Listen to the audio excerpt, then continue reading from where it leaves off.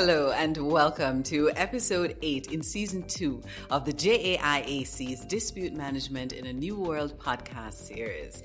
40 minutes of bi-weekly conversations with Dr. Christopher Malcolm, dispute management practitioner, international legal consultant, entrepreneurial visionary, and Secretary General of the Jamaica International Arbitration Center.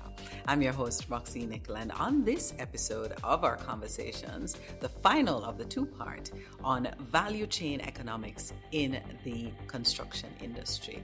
Hello, Dr. Malcolm. Hello, Roxene. So, Dr. Malcolm, what are the global trends for dispute management in the construction sector?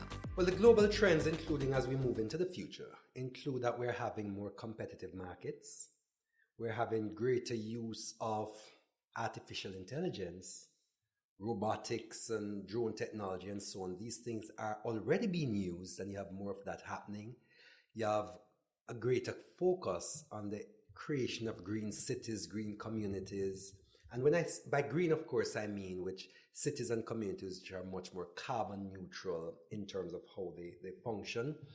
And of course, you have the use of augmented reality, artificial intelligence and so on being used more in these sectors as an industry.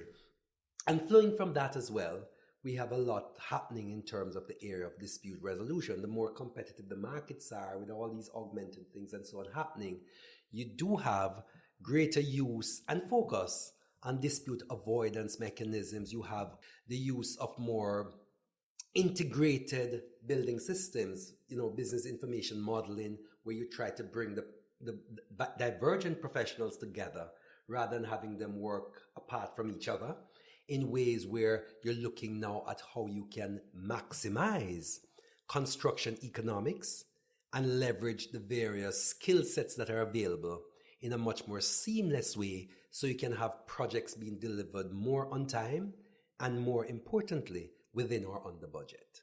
So with what you just said, you believe these are some of the things that are driving these trends?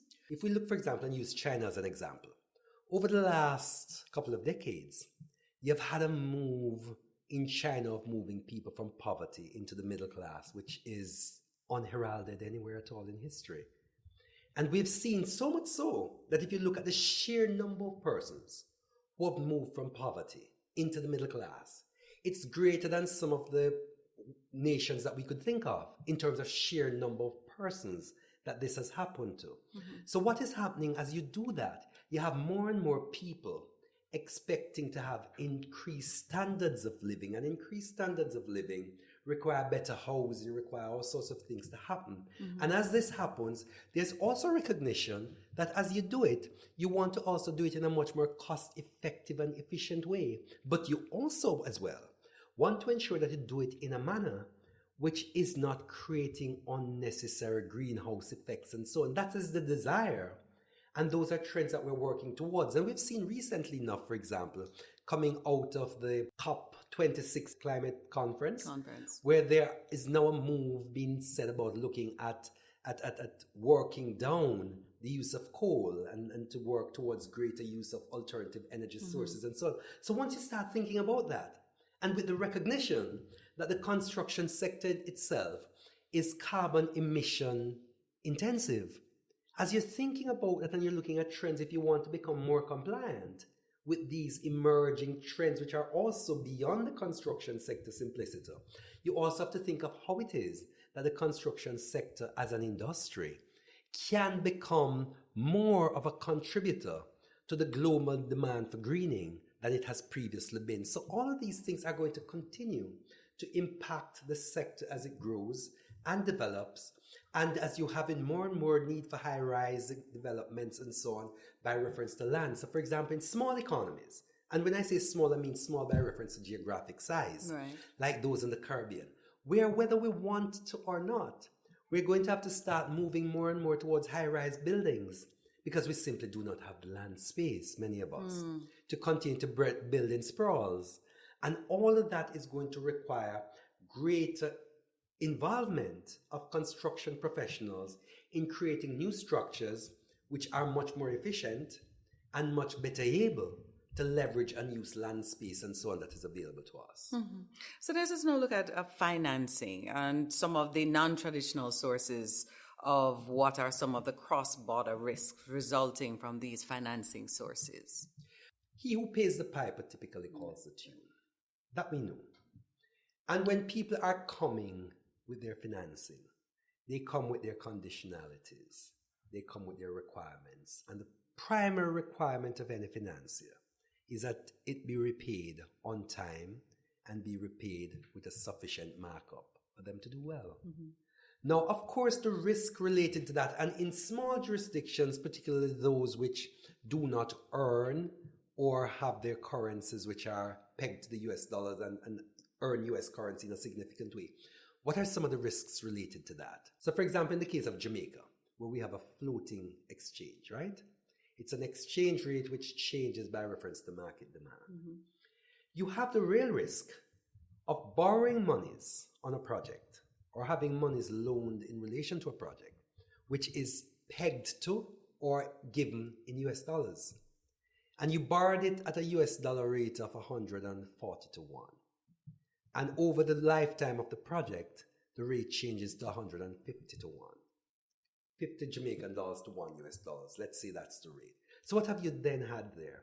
You have a risk, a repayment risk, which becomes more difficult because what you have done also is that you may have also in that project gone ahead and committed delivery at a particular price.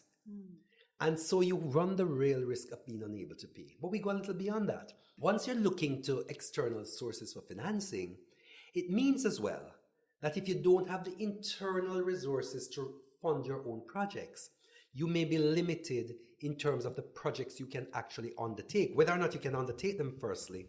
And even if you're able to undertake them, the extent to which you may be able to undertake them, because a financier may come and say, yes, you have a grand ambition to build this very green project. But by doing that, we see that you're spending money that we would not want you to spend because it is going to limit our capacity for repayment at the time and in the ways we want to. So those financiers may then indicate how it is that you may spend their money. And in a typical construction or related project, monies are typically made available in what we call milestones. So you will have a financing arrangement where a financier says, yes, we're prepared to finance you, but you will only be able to have drawdowns at particular intervals after you have shown that you have accomplished particular stages of development in relation to the project. Then we go a little further, because one of the things that is happening as well with financing is that as financing happens and circumstances change, you have changes related to political governments may change, environmental conditions may change.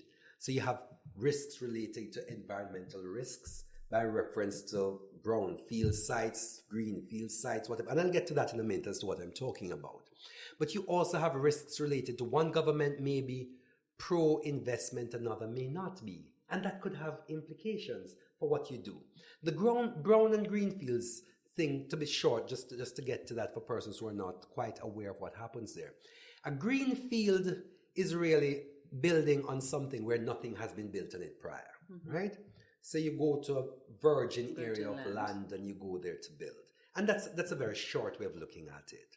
Whereas a brownfield development happens where, for example, you had a pre-existing development there, you knock it down and you're building something or you're doing something. So you will have underlying issues that you may or may not be aware of. So when you go on a brownfield site, there may be underlying seepage, there may be underlying all sorts of environmental hazards, asbestos and all sorts of things that may be there that you may not have contemplated. And it is when you start a construction project that you may come into those. And you may find that something that you may have planned for to cost $1 million ends up costing $1.5 million. Right? And those things happen. And so in that risk model, what happens? If you're borrowing, expecting that you're borrowing $1 million to complete it and you now need $1.5 million, what does that mean for the life of the project? What does that mean for your capacity to repay? You're going across borders, it means the exchange risks and all the other things are there with you, and those can create no ends of problems from a financing perspective. And that is why you have to be careful in the construction sector to realize that because it is cash intensive, one, And because very often you're using monies that are not your own to finance the project that you're doing, you have to be careful that you do not take on risks which are unknown. And the moment you're going to do a detailed risk analysis, what does that mean? Significant other consultancy fees that you're going to have to undertake. So the projects themselves can morph where you start with something and what is the nature of a consultancy and the nature of risk. When you start investigating, you may very often find that one investigation leads to another. And that again means added financing to be added there. And then that, of course, has further implications. So it's a chain that always is continuing. And that is where the value chain is so critical in all of this, because the value chain can either be enhanced or diminished by reference to what your input requirements are and by reference to how much you have to spend to take the project to the end that you want it to be. To give you an idea, of course, construction projects are inherently dispute-oriented. In mega projects, in small projects, in medium projects, it is unlikely that we come across a situation where we encounter a project that did not spawn a dispute. It may be the situation that the dispute has been settled amicably early on, but it does involve its fair share of disputes. Why? Because these projects are normally complex and to some extent and possibly complicated in a way given the relationships. They are fact intensive and involving numerous disputes given the number of stakeholders at play and the multi-contracts aspects. Name it, we've got main contracts, subcontracts, financing, supply, insurance, operation and maintenance, and a lot more. They normally also have high value and high volume type of claims in mega projects. And we have a number of standard terms and conditions model contracts, FEDIC, the NAC, the JCT, and many others. And also we have the bespoke arrangements in the particular conditions. And disputes also arise because of the sort of changes made in these particular conditions that may or may not address or disrupt the risk element in the standard agreements. And also experts are at the heart of these disputes. It is, again, a very important aspect of disputes and projects that we have experts, both technical, quantum, programming, delay, again, a lot on board. And they are extremely voluminous in the documentary record. I recall in one construction arbitration I was chairing, we had one exhibit that was in itself 11,972 pages, and that's one exhibit out of thousands. Based on current trends, how do you see the sector responding? Example, will it be static? Will it remain unphased? Or will it evolve? What do you say? The sector can never remain static. It always has to evolve. And the question is, how will it evolve? And by reference to what factors? And I dare say, evolution in the sector is always going to be dependent in a very significant way by reference to sources of financing and how you can get it. Because the truth is that if you don't have access to financing, with the best of intention, you can do nothing. The heart of the economy, Gladstone position, it's the heart of the economy, all of the organs state their tone. Without it, nothing happens. So you have to now get to a real stage of trying to understand how, as well as we go forward, you're going to be able to secure more stable sources of financing, particularly for emerging and developing economies, without which their infrastructure and other needs, construction needs, are not going to be met. Dr. Malcolm, talk to us about project management and the significance of dispute management to the process and work of project management. Well, every project has to be managed towards a goal in mind, right? And the management of a project is going to involve a myriad of components, right? One of the elements of project management is clearly project financing. You need to ensure that there are secure sources of funding to be able to do the project. And the secured sources of funding could include debt financing, it could include equity financing, it could include what we call mezzanine financing, which is a combination of debt equity. It could include all of that happening on that side. But the management really is to ensure that you manage to a successful completion. And a successful completion in the context of a business, because construction is a business, is a successful completion which results in a profit for somebody. And so what you have to do then is ensure that this arrangement is devised to allow for that. And when you do that, you also have to ensure that that project management model that is built in is a project management model which is built to accommodate effective dispute resolution solutions, right? So the project management is one which would identify what it is that the intended objective is, what the likely risks are in relation to the project, what are the success factors that you're interested in, what the limitations are, and how you're going to ensure that through a proper process of ongoing oversight, taking corrective adjustments as and when required, you're able to get to that end. And part of that is to do something which we all must do, which is to take effective measures to ensure that you minimize the possibility of conflicts arising, or to ensure that if and when they arise, you have a seamless system for dealing with them. How do you make the use of dispute avoidance strategies in contracts, especially since disputes are, as you always say, ultimately inevitable? So the parties themselves must have an appetite for wanting to avoid disputes, firstly. And a lot of that, very often, the appetite that they have will very often be determined by the extent to which their advisors enable them to see the difficulty that exists and to assist them to move away from what lawyers, for example, typically do. We're trained in this idea of law and the practice of it being adversarial by nature. We have to now reimagine that whole process to a point where we're saying, yes, it may be adversarial by nature and we all have divergent views, fine. But at the end of the day, we should have a common goal of trying to see projects completed within time, within budget, and the lawyers work seamlessly with all the other professionals and everybody are joined in that mutual interest-related goal.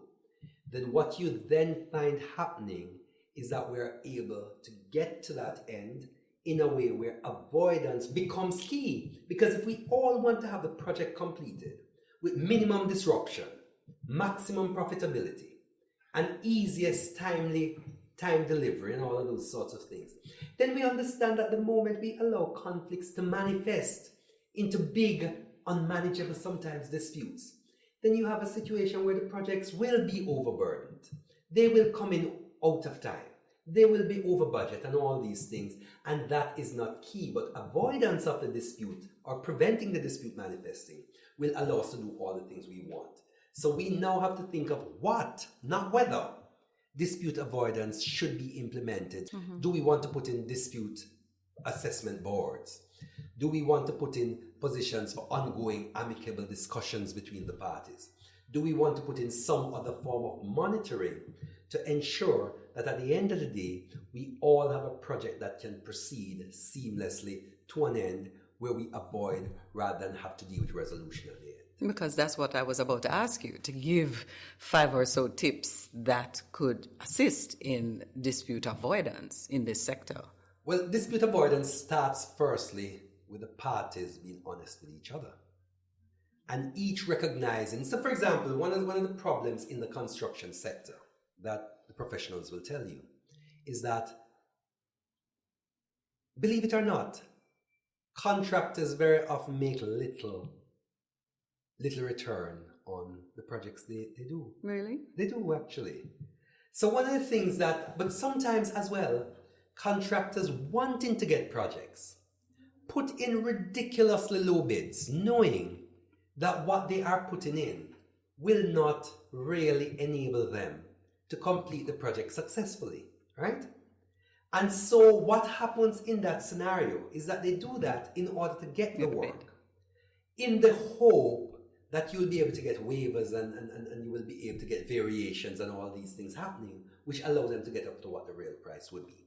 So you start out very often in projects where the parties are not open and as frank with each other as they should be. So my first tip would be that when a project is being conceptualized and parties are being brought on board, there is a desire followed by concrete action of ensuring that there's frankness and openness where there is no hidden agendas, but people are simply saying, it will cost $20 to build it, and this is what I'm giving you, the real price. So that's one thing. I think frankness and openness must be on the table.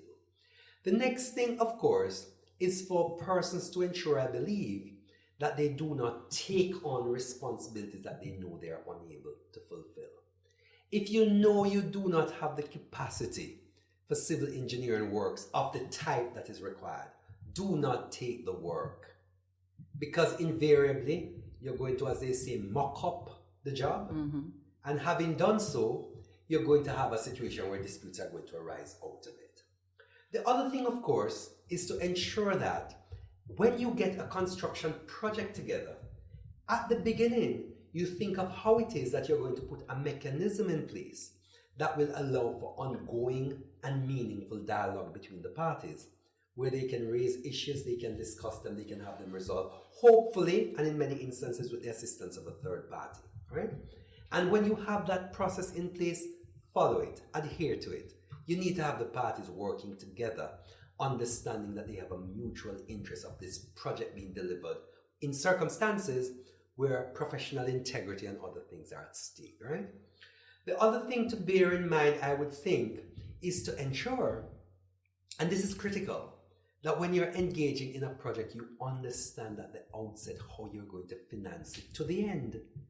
Do not start a project in the hope that you're going to acquire the financing to complete it by the time it. Do not start a project knowing that you have enough to do it halfway but not to the end, because any number of variables could come into the play. So you need to ensure that when you're engaging in a project, you identify how it is that you it doesn't mean that you must have all the money at the beginning, but you must identify a pathway that will lead you to completion by reference to financing. Right? I don't know how many tips I've gone already. You've gone about 4. But if it's 4, I'll continue with the final one. The other thing is to ensure, I would say, that you have an effective professionals, including, importantly, somebody who understands the nature of dispute management and how it can be effectively leveraged in support of project implementation. Okay, well, thank you for those tips. So we're going to stay with financing. So construction disputes, of course, involve a lot of money. What is the process of dispute resolution at that level? Well, it depends on what the parties agreed to. In construction projects, a usual method for resolving disputes is arbitration and increasingly adjudication in the field of construction. Now, though both processes are adversarial by nature, and just for those persons who are not aware of what the distinction is, adjudication, very generally speaking, is the process by which persons hear and make a decision in relation to a dispute. So if you go to court in litigation, there's an adjudication process that is engaged. If you go to arbitration, there's an adjudication process that is engaged. But in the field of dispute resolution, there's a special process that we call adjudication. I know it can be a little complicated, that we have the overarching adjudication, but we have a mini process which is itself adjudication. With arbitration, which again resembles in many ways litigation, what you have here are the parties engaging a process as, let's call them claimant and respondent for purposes of this conversation. Party A and Party B. Party A being a claimant, Party B being a respondent. So the claimant will get its own facts together, which is its own story of what has happened, and will claim that there has been a breach or something that should have been done by Party B that has not been done. And they then engage the process of making a claim against them for recovery of damages or some other relief that they're claiming as something which flows naturally from that failure that happened. Party B will then respond ordinarily, denying and sometimes even counterclaiming against Party A in relation to the facts in issue, right? Having done that, will then ultimately go to an adjudicator who will then hear the matter, consider the respective submissions that are made from each parties by reference to the facts that are there, and then make a decision as to who is liable, and then will ultimately make an award in damages or for other relief in favor of the person who is successful in the arbitration, right? Now, in that process, arbitration, wherever you go, and certainly in Jamaica, in Barbados, in the United Kingdom, in Germany, wherever, you have what are laws which are supportive of, and are arbitration acts effectively, which set out how arbitration should function, and which effectively empower arbitrators to be able to make final and binding decisions, which the parties must adhere to. So much so that a decision of an arbitrator is treated in every way as though it were a judgment of the court for purposes of enforcement. So that process is final and binding because the legislation says that it is, right? And it's an adjudicative process which is adversarial by nature. Then we get to adjudication now, the little a for purposes of what I'm saying. And in that process, you have similarly the parties coming to the table with their respective positions, which then goes before an adjudicator who is required to make a determination. A significant difference, of course, is this. Arbitration usually arises at the very end of a project for you to have an arbitration in relation to what has happened. Adjudication is very often something that happens while the project is ongoing, very often, and is in the sense a mini arbitration, not quite, but just for purposes of simplicity, where you hear it and the adjudicator is able to make a decision, usually in a very short time, and we usually say it is rough and ready justice. Okay. So it doesn't go through all the 9 yards of an arbitration process, but in that scenario, the adjudicator makes a decision which we say is temporarily binding. And you see the distinction I've just made. Arbitration provides a final and binding award. Adjudication results in a decision which is temporarily binding. And it is temporarily binding in this way. Once the adjudicator makes a decision, it is binding on the parties. They must act in accordance with it. However, that decision may subsequently be set aside or in fact otherwise adjusted by reference to an arbitration award or by proceedings in litigation, which is in court. So, but more often than not, and the way adjudication is developing, most adjudication awards are not in fact subsequently challenged in arbitration or litigation, so they end up being final and binding in substance. Right. But there is a critical distinction to be borne in mind, and adjudication usually happens in an ongoing way, and they are meant in this way. Adjudication happens at the end and is not so much process driven by reference to allowing a project to continue. Adjudication, on the other hand, is effectively set up to allow for seamless projects to have meaning, that the usual process is that while an adjudication is being had, the project must continue, right? In the understanding that you will get your decision, and if you don't get what you want out of it, you have the possibility of being able to challenge and deal with that in a subsequent arbitration or litigation anyway. Okay. So those are things that happen in the construction sector, and those are typically, as we're developing, ways in which construction disputes are being resolved. Litigation is never out of style, and ultimately, arbitration, adjudication of these mechanisms, in a sense, are subject, in a sense, to litigation, in the sense that the court is the authority which has constitutional right given to the parties to challenge anything relating to a contract. So if, for example, you go into a contract for arbitration or adjudication and there are any inherent or other defects in relation to that contract, you can then file an action in the court for the interpretation and application of that contract, which includes a provision in it in relation to arbitration or adjudication or some other mechanism.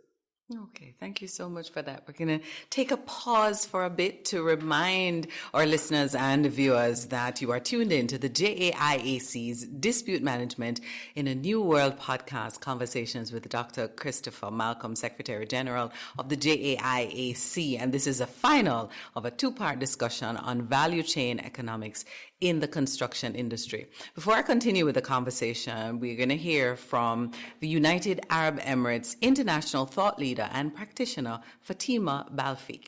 The construction industry in the UAE is a very significant and prominent industry. It really accounts for a lot of our disputes that we see in the ADR realm. We have several dispute resolution methods when it comes to governing and managing a lot of the disputes we see in the construction industry. So we'll go through several parts of it. The most common and the mostly used in the ADR realm, which is the arbitration. It is without doubt that the region's preferred way to resolving disputes, especially construction disputes, is through arbitration. Arbitration presents an opportunity for disputes to be examined in depth, while allowing parties to determine the agenda timetable for the procedures. The decisions of arbitrations are binding, and the process can put an end to a dispute with little or no involvement of the courts.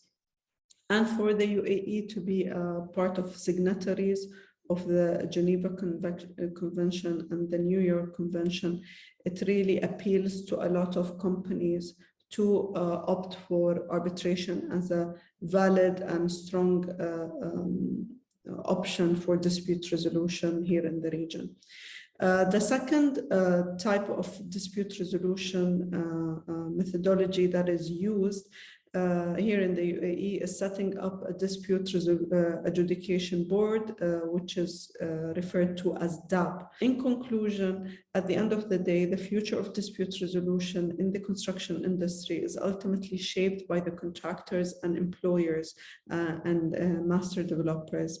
If we truly want a more efficient and well-functioning industry, it is at the utmost importance that we utilize different methodology of ADR and alternative dispute resolution in order to have a very strong commercial sensibility and sustain relationships within the main parties and the key players in this robust and dynamic industry. Thank you so much for that. And Doc, we want to share a clip also from the webinar on this topic because it had some salient points.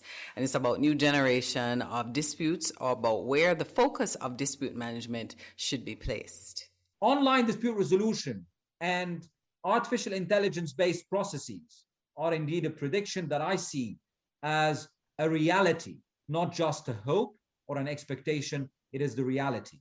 And we have to adapt to this. And arbitration and other dispute resolution processes need to adapt to the integration of technology in dispute resolution. It's no more the situation of using emails, phones, or mobiles, or computers. It's basically dealing with many applications of multi-variable resolution optimization programs, artificial intelligence applications, document management, and to a large extent, decision-making applications in this respect. But in any event, with this, I think, despite the fact that we will have a reduction in traditional disputes, we may well have a new generation of disputes arising from smart contracts, greener buildings, augmented reality, and BIM applications. This all begs considering with due care novel practices in prosecuting arbitral proceedings with a focus on reducing time and cost. Those who want to continue to deliver services as dispute resolution practitioners and arbitrators, they need to adapt to this reality in terms of equipping themselves with the needed knowledge of what's going on globally in terms of innovation and technology to be able to deliver the service the parties are expecting. What do you consider to be the future of the construction industry and disputes that may relate to things like competition, technology, green building, project management?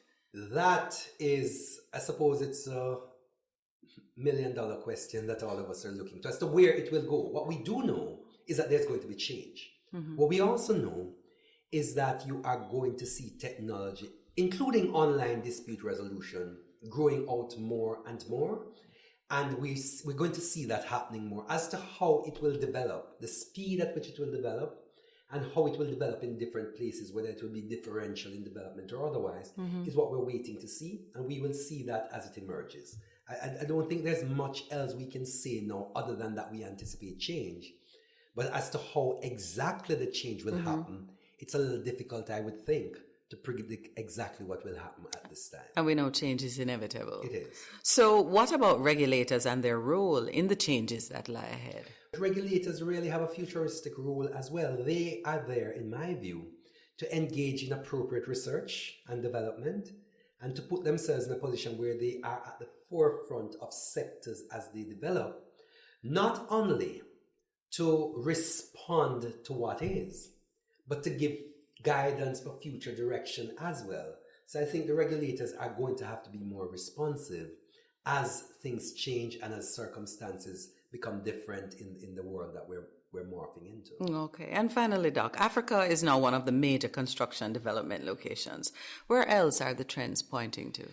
Well, the trends point to Latin America, certainly, and it points to other places in Asia, certainly. So the three main areas I would think that you're looking to for development would be Africa, Latin America, and Asia.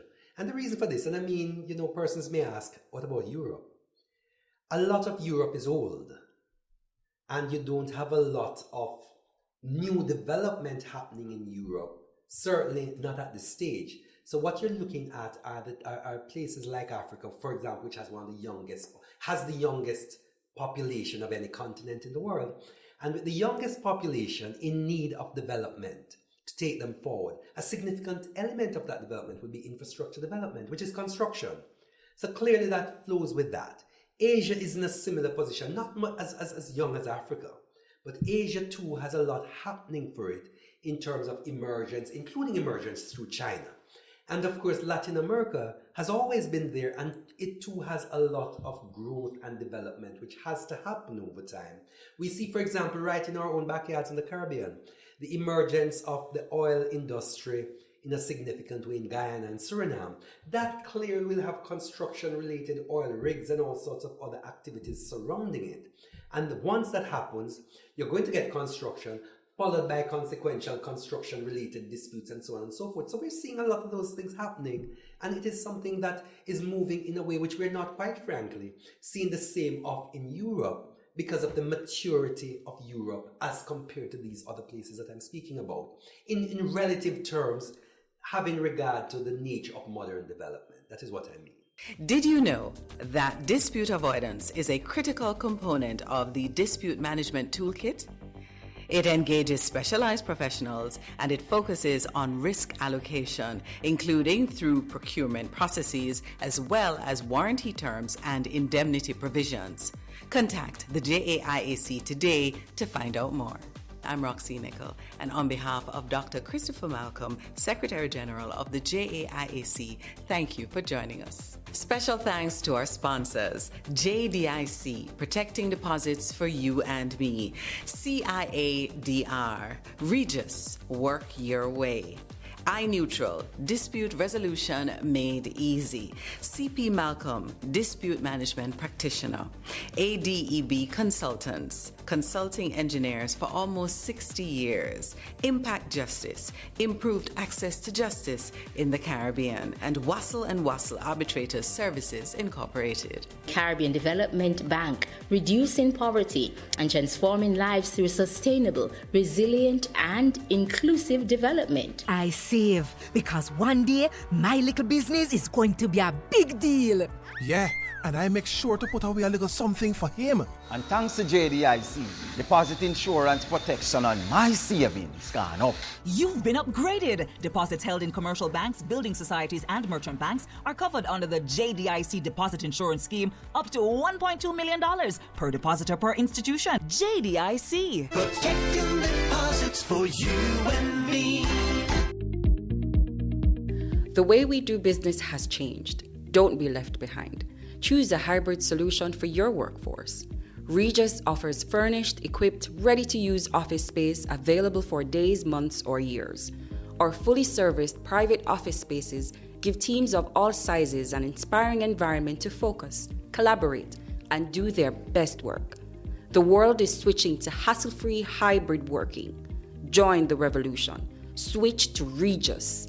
Call 876-618-8800 or visit regus.com.jm. That's regus.com.jm.